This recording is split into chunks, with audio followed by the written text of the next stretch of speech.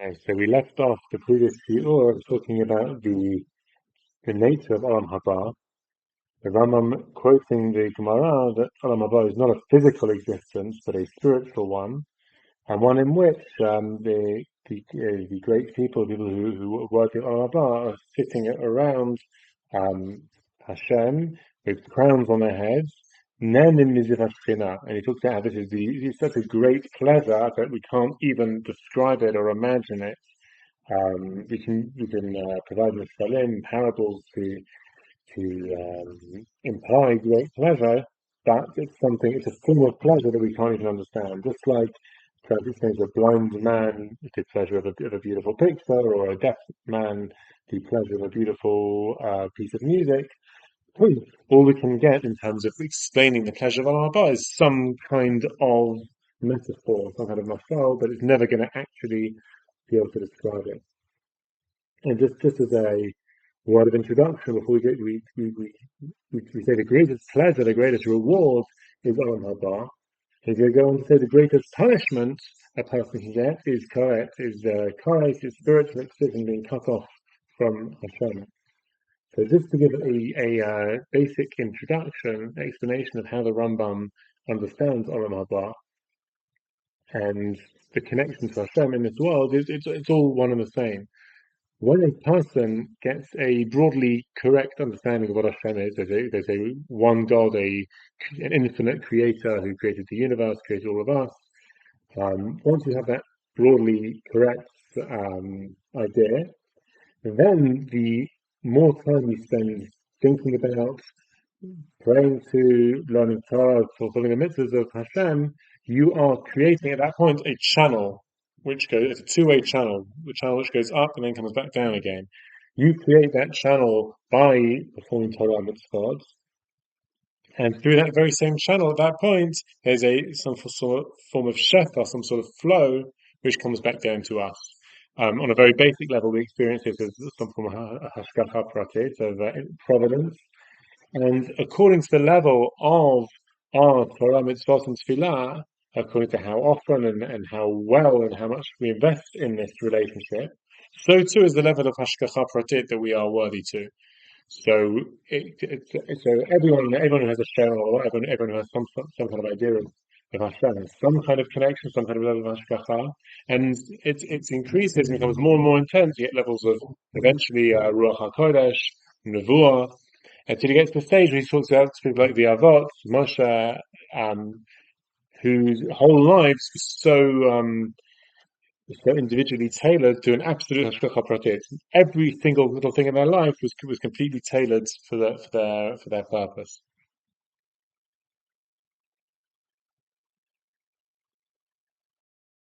So the opposite of a connection to God is koros. It's being cut off from this connection to God. Yeah. So, and that's something which applies both in this world and the next world. Right. So someone who is chayav koros, it means their soul and neshama is cut off from God. That means that they are treated like animals, the Rambam says. They get no hashgacha pratit unless it's, I guess, for the benefit of someone else, but for their own benefit, they don't. Yeah. It's almost as if they are cutting themselves. They go and do an avera, which is chayav koros, again deliberately, and to show whatever the conditions are. They're taking a knife, so to speak, and cutting off that channel to God. That channel, which is a two-way channel, which they create up, and shefa comes back down again. Hashgacha, nevuah, ruach hakodesh, olam haba. They are destroying that channel. Again, there's always teshuvah to recreate it. That's you're getting to Elul. That's always that everyone can do teshuvah. That's it's always open. But when we go to say the what's it called? Hara haslema v'hanakama hagedolah. What is the greatest punishment that a person can ever have? Is something he goes to again in Hilchos Teshuvah towards the end. Shetikares hanefesh v'tzova v'shloi tiyeh chayav v'kemes v'u'akares hakazav b'tzora. That his soul is cut off and destroyed and is no longer going to be eternal. It's only by being connected to the source of life that we get immortality, that we survive after death. Our body goes after 70, 80 years, whatever it is. It's only our neshama. If we've created that channel to Hashem while we've been alive, then our soul remains connected to Hashem for eternity. But if we've cut ourselves off, if we've cut that channel while we've been alive, then in the same way as an animal dies and ceases to exist, so too we would die and cease to exist. That's the Rambam's. Um,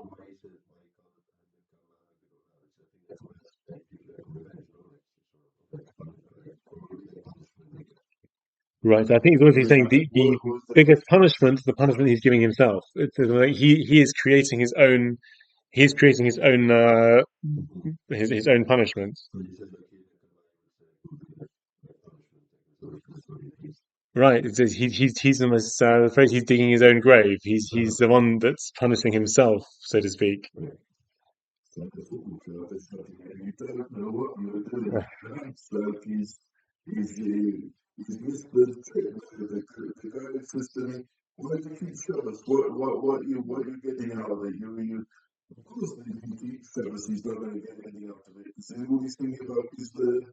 There's no connection there.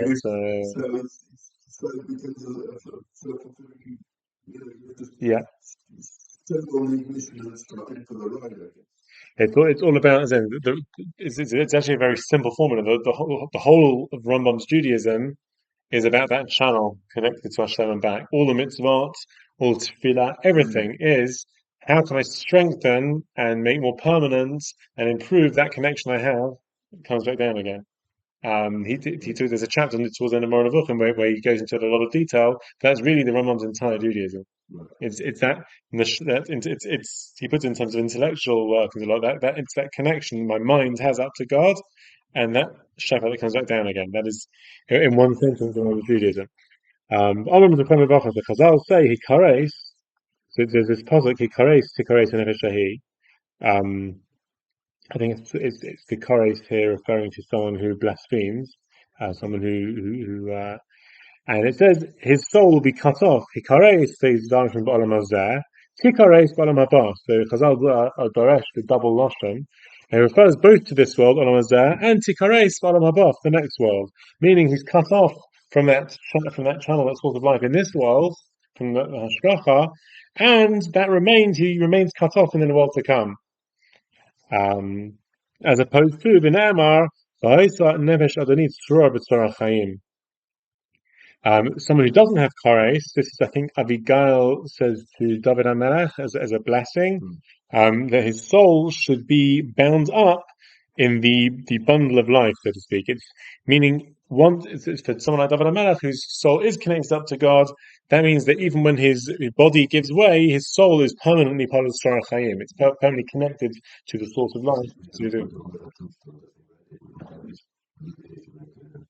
Right, I think it's the most explicit reference to Olam Haba in Tanakh. Tzorah Chaim, like it's there are other references in the Gemara, but I think it's the clearest.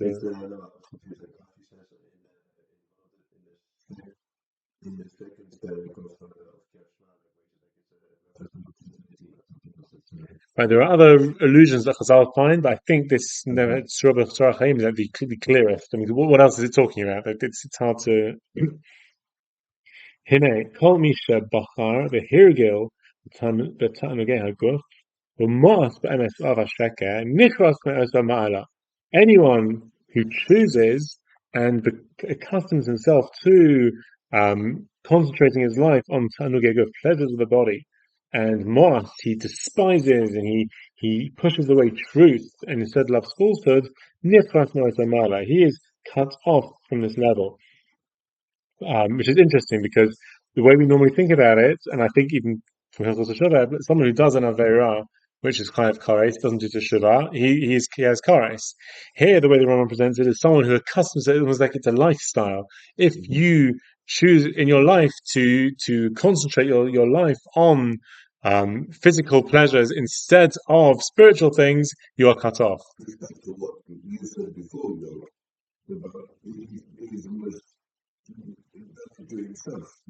Yes. I'm interested to hear the way he seems to present it. It's not just a one-off action; it's almost like a lifestyle choice. But I don't know how you would reconcile this with other things you write. So I'm just going to leave that here.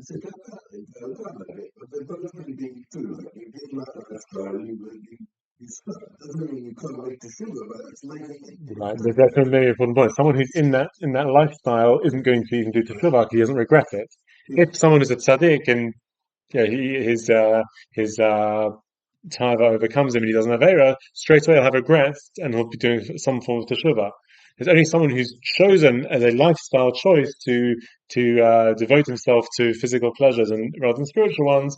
When he doesn't have era, he's not going to have any regrets. Therefore, he's not on the track of teshuvah. Regret is already beginning teshuvah, says the Rabbeinu Yonah. So it could be that even regretting having done an avera of Kiyov Koros is already enough to mitigate the and not it keeps you on the track of some olam haba at least. But it could be that's very good. It could be that's why he chooses it.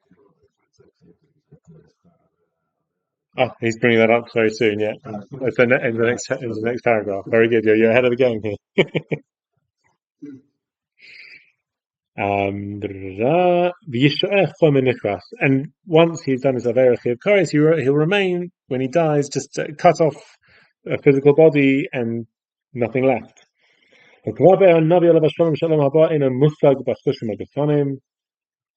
again that the Navi Yeshaya has already told us that Olam Haba, the world to come, is not something which our senses can perceive. This is what he says, chapter 64. Ayin lo rasa elokim zulascha yaset imchak eloi. So no eye can see, aside from you, Hashem, the good which awaits the righteous in the world to come. Va'omru, and Chazal say the Perek there. So Chazal in the Gemara they say as an explanation of this prophecy, Kol HaNeviim Kulam Lo Nisnabu Ela Lemos Mashiach.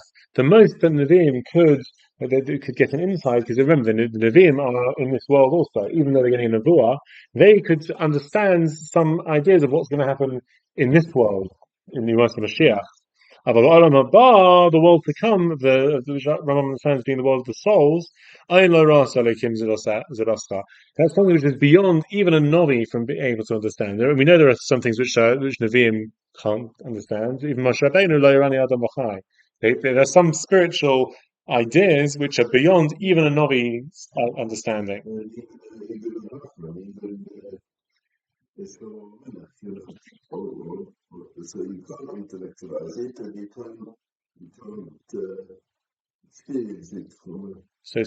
we're saying that you must have Mashiach. What's going to happen at the end of days, and all of that, and Navi could get some kind of insight into. Olam Haba, the sort of pleasure of Olam Haba is beyond. That's even a Navi can't get it. Omnam.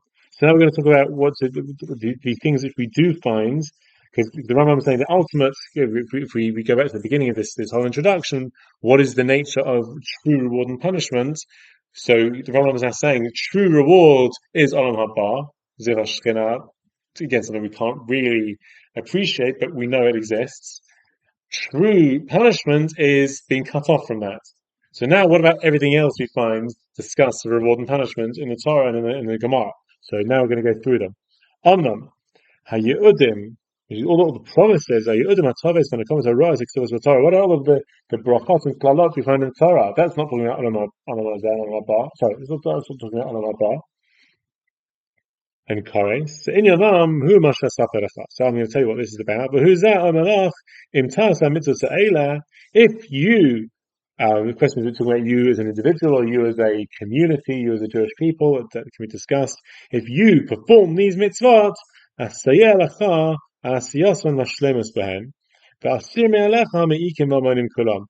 So if you dedicate yourself to performing the mitzvot, I will make it easier for you to be able to fulfill them. And I will remove the obstacles in your path which prevent you from being able to perform them.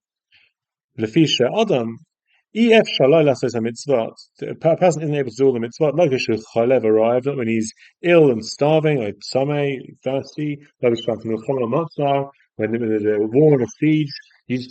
Sometimes there are circumstances that happen in life which just distract a person from being able to do the mitzvot.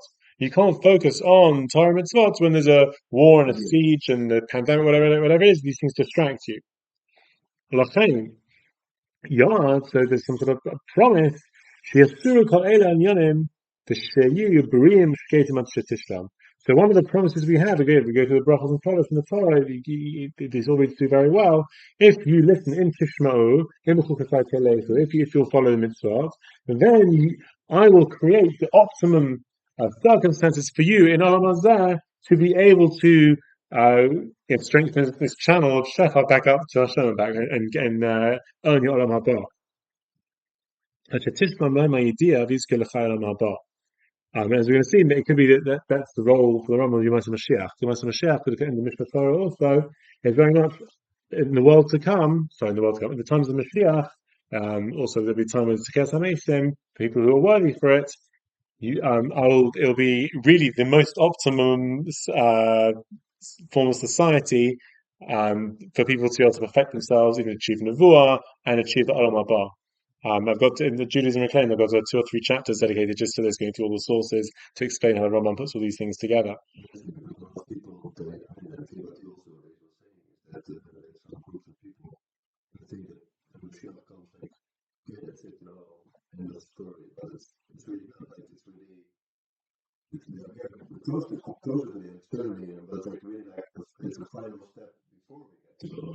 Right. Is for the soul, but the reason we want Mashiach is we want to be able to just be able to sort of, sit under our fruit tree with our sefer and not have any distractions. The goyim will bring all our food to us. We can just sit there and concentrate on Olam Haba, perfect ourselves. And your sons and daughters will have prophecy, as Yoel says, namesake.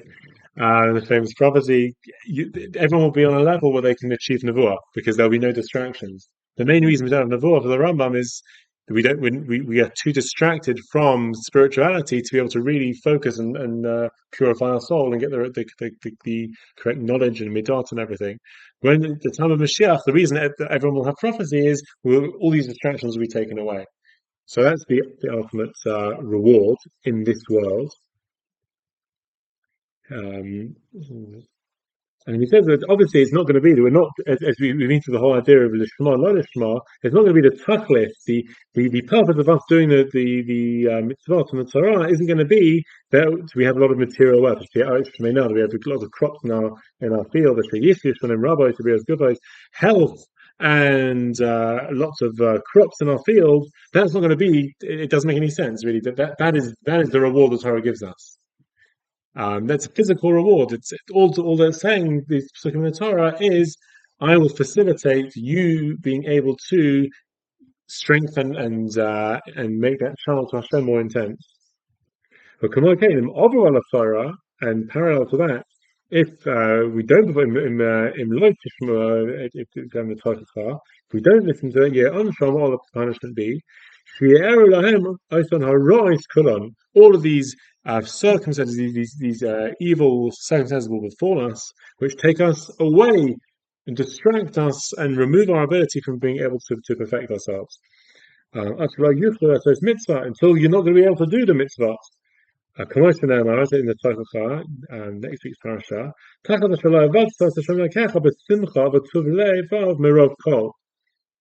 it says that towards the end of Tachochan Kitavah, why are all these things happening to you? Because when you had the opportunity to serve God with simcha v'tov lev, you didn't. You took all the blessings God gave you, and you just went out, drinking and performing aveirot, and then you threw it all back at God. So therefore, God says, "Well, fine, I'll take it away from you. You're not doing the mitzvot anyway, so I'll take away the circumstances that I gave you, which were needed to perform the mitzvot."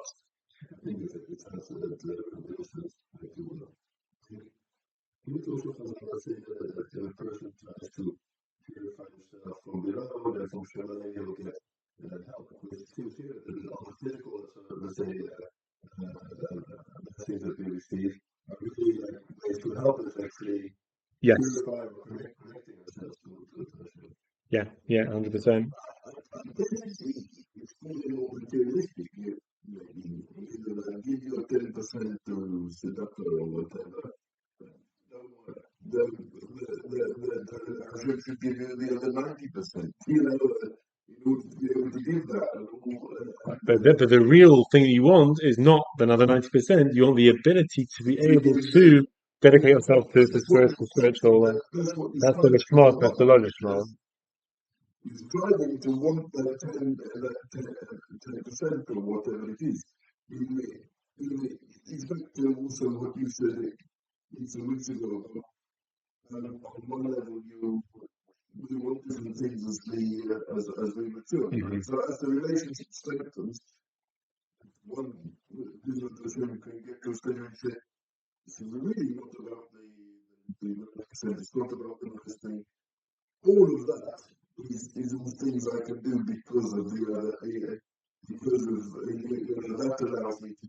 That, I guess, is the famous story of Rabbi Yehuda Hanafi, who was incredibly wealthy. And I think that the Gemara, I think, describes how at the end of his life he held up his hands and said he hasn't taken any pleasure from this world or something like that. And he was known to have had big banquets. He had everything. There was no food absent from his table. But none of it was for his own sake. It was all he had this blessing, he had this wealth, and he channeled it all for spiritual purposes. You managed to get the whole Mishnah published, and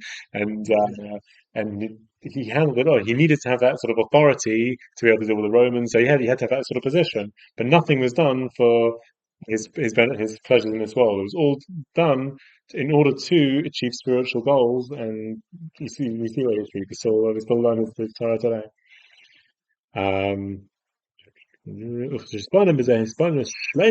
When you contemplate this properly, Timsa Ki'ilu Omela.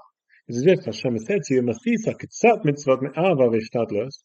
If you do the bits of mitzvot and that you're able to achieve with love and with great effort, meaning it could, a certain situation you're only able to do certain mitzvot. You have other things you have to do, but the mitzvah you're able to do, the tefillah you're able to go to, the chesed you're able to do, the hour of Torah you're able to learn, you really invest in that emotional energy and spiritual energy. You do it out of love, and you really energize yourself.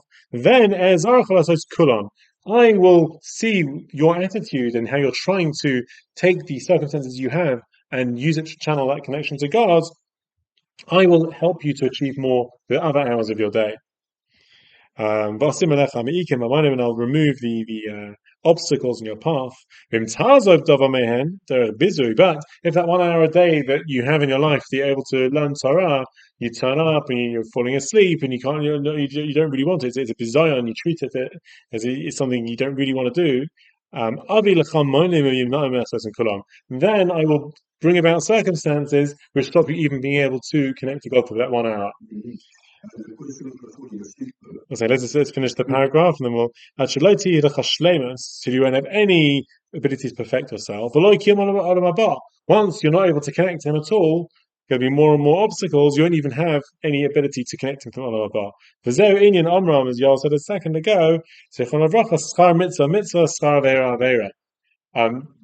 how he's explaining the Mishnah in Avos, that when I take my bit of time I have in my day to do mitzvot and I perform it properly, the Shema, my reward is the ability to dedicate more of my life to doing mitzvot.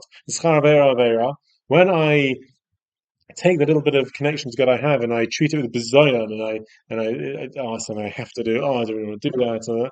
And then Avera, I've done Avera in my attitude to my Avodas Hashem. So the result of that will be an Avera that God will bring more and more obstacles on my path, and I won't be able to my Avodas Hashem even that little bit of the day which I dedicated.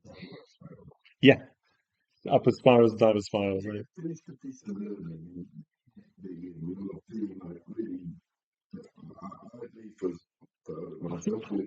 We've been at data for about 2 years, and again and the rubber playing careless here. You think there's a guy who comes to my class, and he comes at 6 o'clock every morning, and he makes a coffee, and he comes to the class, and he falls asleep in the class. And I think he's on a higher operator than any of you. Sounds like a Hasidish. And he's not. No, it sounds like Hasidish. what he said, he said, and that his wife said that the effort that he puts to live the Torah, to commit to the Torah, and the inspiration that he's given to other people. Interesting. So he said, what are you going to do with this gift of understanding? How are you going to bring it out to that? Understand the program and all. Or to inspire It's others. not only by, because that's the point. And then the thing on putting the sleep. Again, it's a very, I guess the other thing to take from it is each one is on his own madrina. Yeah, 100%. It's like, and so things it's easy to forget, no?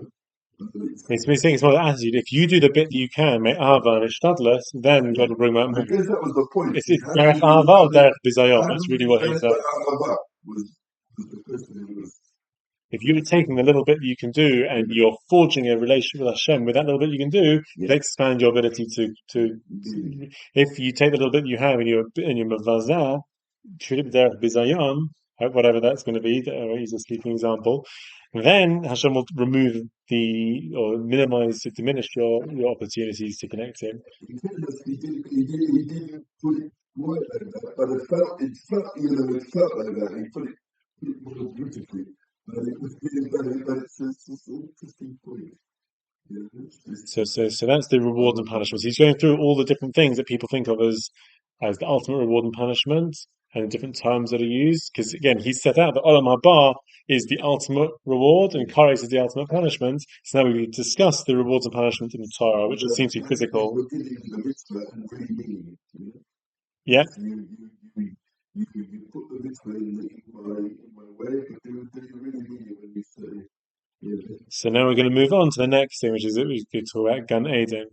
He's going to go through different categories to explain how they fit in to this framework of Olam Haba being the ultimate punishment. Because Gan Eden, what is that? So he's going to tell us it's a place on earth. I mean, we talk about Neshama and Gan Eden. I think the Rambam that's figurative. Gan Eden in the Torah is a place. Mokom dashen l'shamein. It's a place which is I guess lush and green. Mibchar, it's the best part of the land. Yishba Naharim Rabim, Osim Peiros, fruit trees and rivers. I'm wondering if it's talking if in the Rambam's understanding it's referring to a specific place or more a circumstance, meaning it's this world when it is fully blessed by God is Gan Eden. We talk about Gan Eden it'll be revealed to us in the world in the future. Not Olam Haba, but Asid Lava. Asid Lava means the Moshe Mashiach. Meaning when we as a society, community, nation are worthy of the divine blessing, then our world will all become Gan Eden. Everything will be provided for us. We'll have all the trees and all everything we need. But Yora, some Hadarach. Could be that's part of it, because I'm happy with his portion, but part of it is no. The trees will grow everything you need. I mean, we have the Mishnah of bread growing on it. What it means for the moment is everything will be. You won't have to go spending your time earning money. All your needs will be brought to you and taken care of. And that's the case of Gan Eden for the Rambam. It's something in the physical world that Adam and Chava. Everything they had they didn't need to take care of their physical requirements. Right, and that's really what they were in Gan Eden, meaning they were in a situation in this world where all their needs were taken care of, and they could concentrate on spirituality, and they blew it.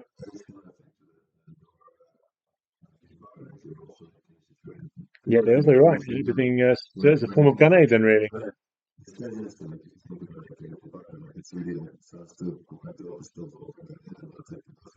We're talking about the clouds were like a micro environment, and then the food was there. It was really.